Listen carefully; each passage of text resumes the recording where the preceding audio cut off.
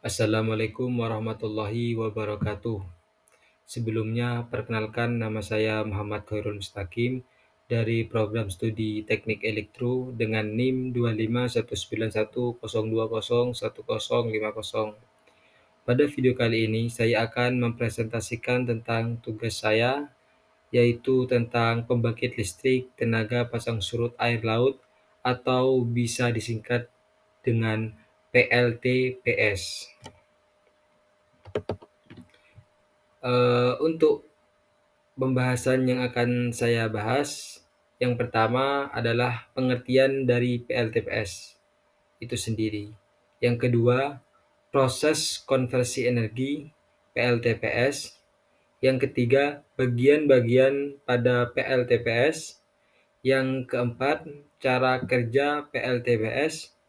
Yang kelima, keunggulan yang dimiliki pembangkit listrik tenaga pasang surut air laut. Yang keenam, kekurangan pembangkit listrik tenaga pasang surut air laut atau PLTPS. Masuk ke halaman yang pertama ialah pengertian. Apa sih PLTPS itu? PLTPS atau pembangkit listrik tenaga pasang surut air laut adalah sistem pembangkit energi terbarukan yang memanfaatkan perbedaan tinggi muka air laut saat pasang dan surut untuk menghasilkan energi listrik. Lanjut ke halaman kedua, proses konversi energi.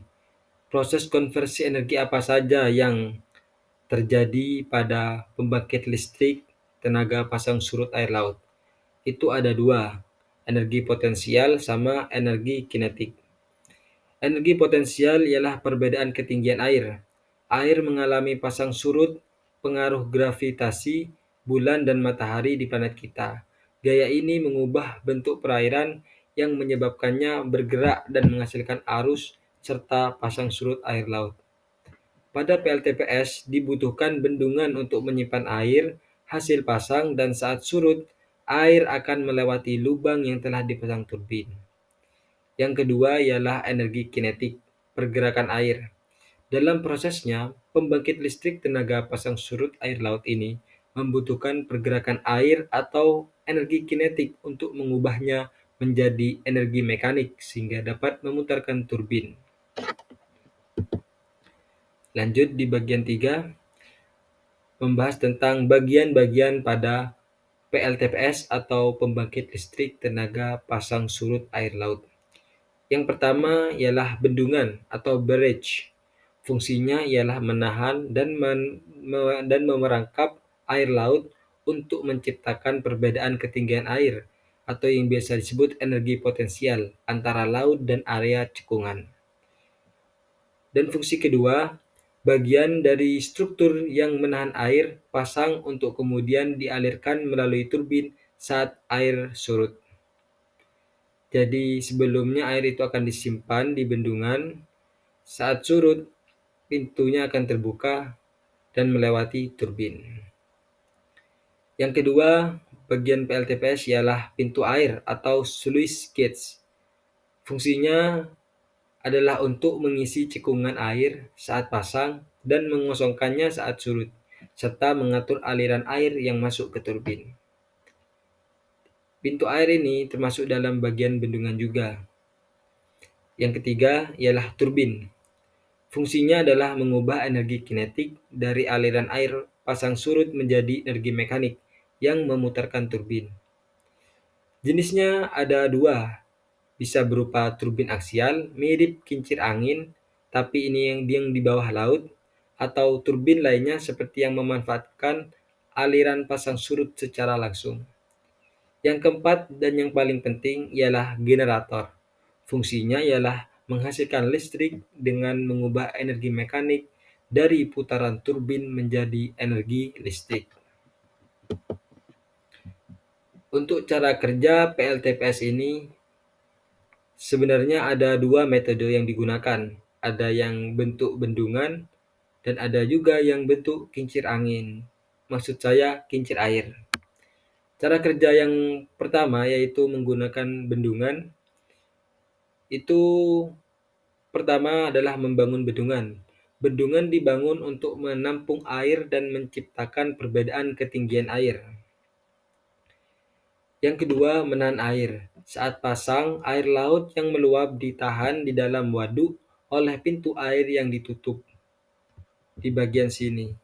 Nanti akan ditutup oleh pintu. Yang ketiga, melepaskan air. Ketika terjadi surut, pintu air dibuka. Air yang tertahan dilepaskan secara terkendali melalui turbin yang ada di dalam bendungan.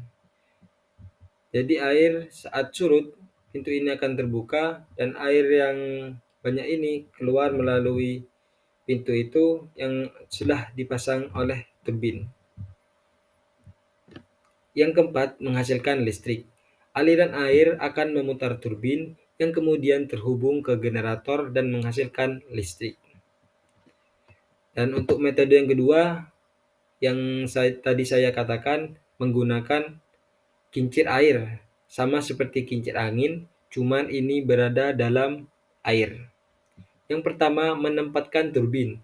Turbin yang mirip seperti turbin angin tetapi di bawah air ditempatkan di dasar laut atau di tempat arus pasang surut mengalir deras. Yang kedua, memanfaatkan arus. Arus laut yang bergerak cepat saat pasang surut akan memutar bilah turbin. Yang ketiga, menghasilkan listrik.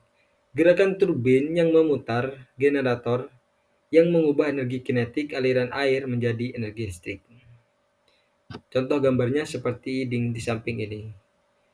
Jadi arus laut pasang surut itu akan memutar turbin ini untuk dapat menghasilkan listrik melalui generator. Nah, untuk keunggulan PLTPS atau pembangkit listrik tenaga pasang surut air laut, saya bisa ambil 4 saja. Yang pertama, sumber energi bersih dan ramah lingkungan karena tidak menghasilkan emisi gas rumah kaca. Yang kedua, stabil dan dapat diprediksi karena pasang surut mengikuti siklus gravitasi bumi, bulan, dan matahari. Biasanya dalam satu hari terjadi 2 kali pasang surut air laut. Yang ketiga, tahan lama. Pembangkit ini dapat beroperasi 25-75 tahun dengan biaya operasional yang relatif rendah.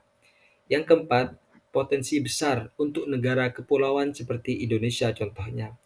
Karena memiliki garis pantai panjang dan banyak wilayah dengan pasang surut yang signifikan. Untuk bagian keenam ialah kelemahan dari PLTPS, pembangkit listrik tenaga pasang surut air laut. Saya juga bagi 4 kelemahan. Yang pertama, biaya pembangunan tinggi, karena membutuhkan infrastruktur besar dan tahan korosi di lingkungan laut. Yang kedua, terbatas lokasi. Hanya efektif di wilayah dengan selisih pasang surut minimal 5 meter. Yang ketiga, dampak lingkungan, karena dapat mengganggu ekosistem laut, pola migrasi ikan, dan sedimentasi pantai. Yang keempat, perawatannya harus kompleks, karena peralatan harus tahan terhadap biofouling atau pertumbuhan organisme laut dan air asin yang bersifat korosif. Ya, jadi saya dapat menyimpulkan bahwasanya pembangkit listrik tenaga pasang surut air laut ini atau disingkat PLTPS adalah teknologi energi terbarukan yang memanfaatkan siklus alami pasang surut air laut untuk menghasilkan energi listrik dengan memanfaatkan energi potensial dari perbedaan tinggi muka air dan energi kinetik dari pergerakan air. PLTPS dapat menjadi sumber energi yang stabil dan dapat diprediksi. Teknologi ini cocok diterapkan di wilayah dengan selisih pasang surut yang signifikan, serta memberikan kontribusi penting dalam transisi menuju energi bersih dengan emisi karbon yang lebih rendah. Namun, pengembangan PLTPS, pembangkit listrik tenaga pasang surut air laut ini masih menghadapi beberapa tantangan, seperti biaya pembangunan yang tinggi, keterbatasan lokasi, serta dampak ekologis terhadap ekosistem laut. Sekian presentasi tugas video dari saya. Kurang lebihnya mohon maaf. Bila ada salah kata, mohon maaf juga. Wassalamualaikum warahmatullahi wabarakatuh.